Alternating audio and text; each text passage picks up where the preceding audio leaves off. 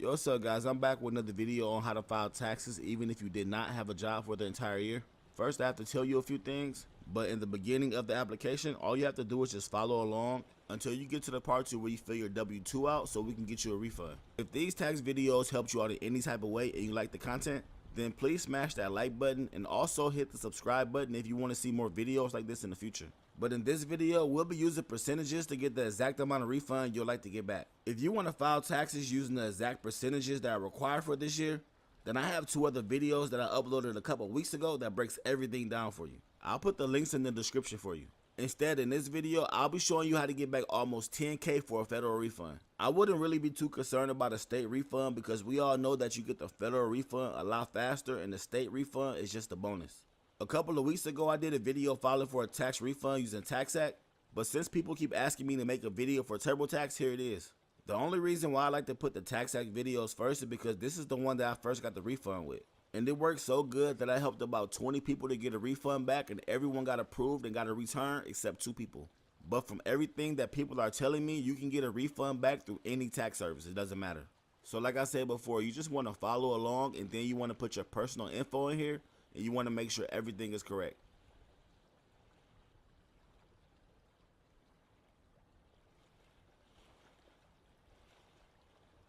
In this video, I want to go with a different state. Normally, I'll go for Illinois, but this time we'll go for New York because they have a higher tax rate.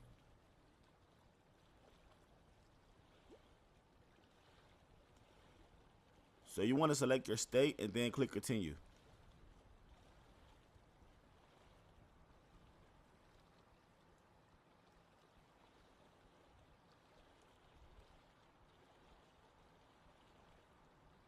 About your household, you want to put single, and if you have dependents, put yes. If you don't, put no.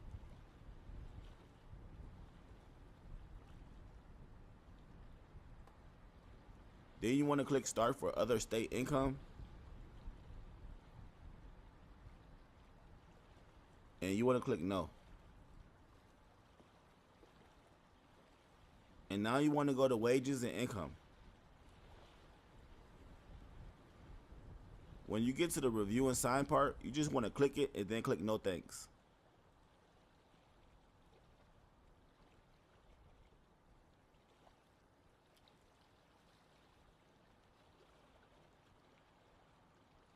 You don't want to add max because they're trying to sell you other products and you don't want that right now. And now you want to click add my income.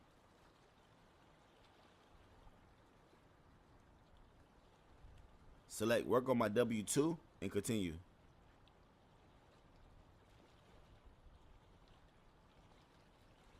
Right here is where you have to enter an EIN number. You can go through my other videos to get EIN numbers, or you can just choose one yourself. What I did was I went to the top 100 companies in the US and I chose Pfizer. And how you would get the EIN number is you'll go to this website right here called Edgar and go to the company's info and they'll give you everything about the company right here. So you want to put that EIN number right here. A lot of people are asking me how to get an EIN number, and that's how you'll do it. I'll leave the link in the description for you. And then when you get done, click continue. They want to import everything automatically, but all you have to do is go down below and put change how I enter my form. And then next to add your W-2, you want to put type it in myself. This right here is a small review. If everything looks right, put looks good. Now we have to fill in the W-2 info.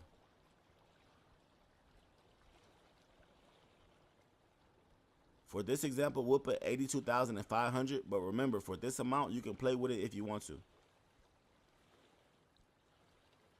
Now, instead of using the exact percentages, we'll use the percentages that we know work for sure. And those percentages are pretty much anywhere between 20% and 30%. But for this video, we'll use 25%. So now we have to go into our percentage calculator and we have to see what is 25% of $82,500. And we get $20,265. And now remember, you can play with this percentage anywhere between 20 and 30% is my recommendation.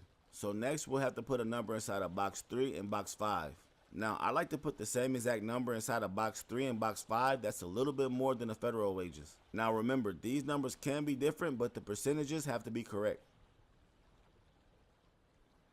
So for the SS wages, you have to see what is 6.2% of the number that you put inside of box 3. In my case, what is 6.2% of 88,000?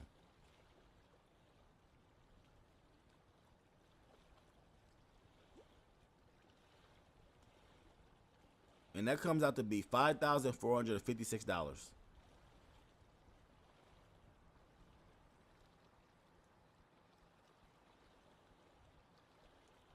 Next, we go down to box 5, the Medicare wages. And now we have to see what is 1.45% of whatever number you put inside of box 5. Once again, in my case, I put 88,000, so what is 1.45% of $88,000? And that equals out to be $1,276.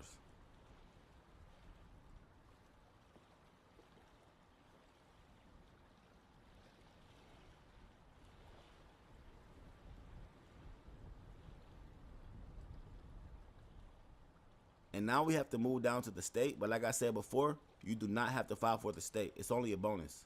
So you want to select your state from the drop down menu. And then you want to put your employer state ID number, which is the same number that you used before for the EIN. I had someone saying in the comments that this is not the same number as the EIN, but it is.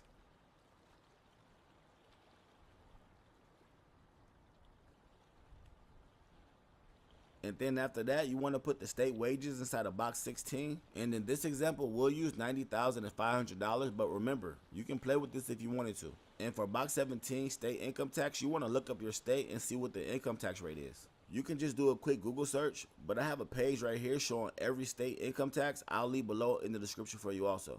So it says here for New York, the lowest is 4% and the highest is 10.9%.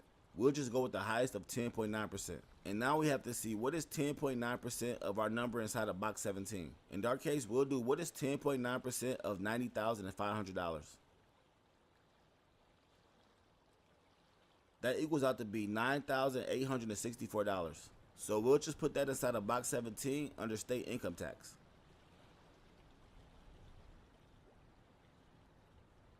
When you get done, you want to look over everything and make sure everything is correct.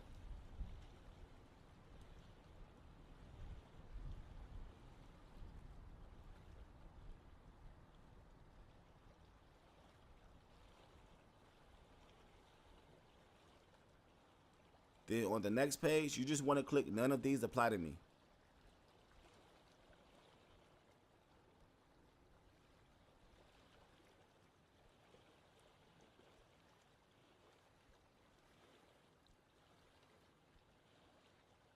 Continue.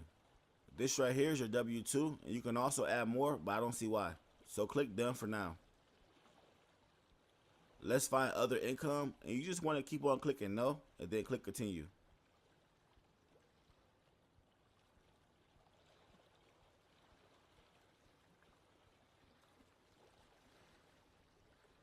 And then the next page, it'll show your federal refund amount. And if you did file for the state also, your state is not included yet.